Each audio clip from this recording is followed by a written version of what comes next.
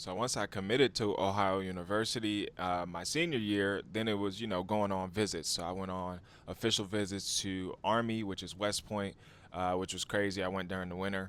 And so for me, it was like, I wanted to go see what the university was about. I'm like, yo, I'm being recruited by one of the highest, universities in the nation, in the world. So I'm gonna go check it out. It's free.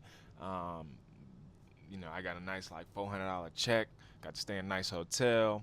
But then Army, West Point is like, they get paid. They get paid, but that shit is strenuous.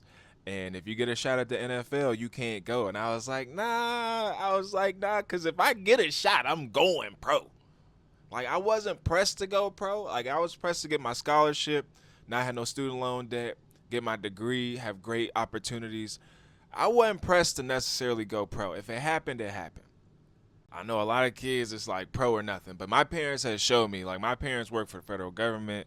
My stepmom was a lawyer.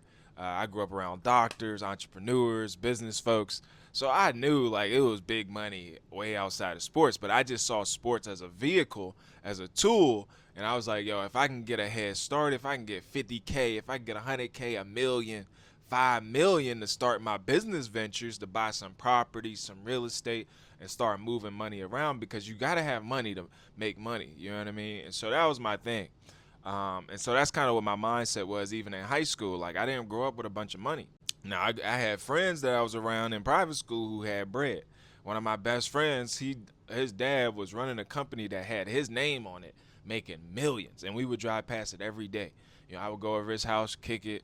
Again, my best friend LJ, who I'm going to interview this week, he got drafted MLB and signed for like 500K or something crazy. I don't be counting people paper, but he got drafted MLB and got paid. Brought a brand new Lexus off the lot. And so when you go into school with kids like that, you got kids with just money, old money, driving to school, Lexuses, Benzes, Range Rovers, old Ranges, like all types of stuff. Kids getting chauffeured to school. And so my experience is very unique, going to private school and going Division 1. But I want to share it because a lot of times we don't share these stories and these insights sometimes, right? Like especially as a black community, sometimes we don't have access to these private schools, right? Like we just don't know about these systems. We're not like I'm not Catholic, Why would I go to a Catholic school? And so I think it's important that we share, kind of our stories to help the next generation kind of figure it out, even as the landscape is shifting and changing.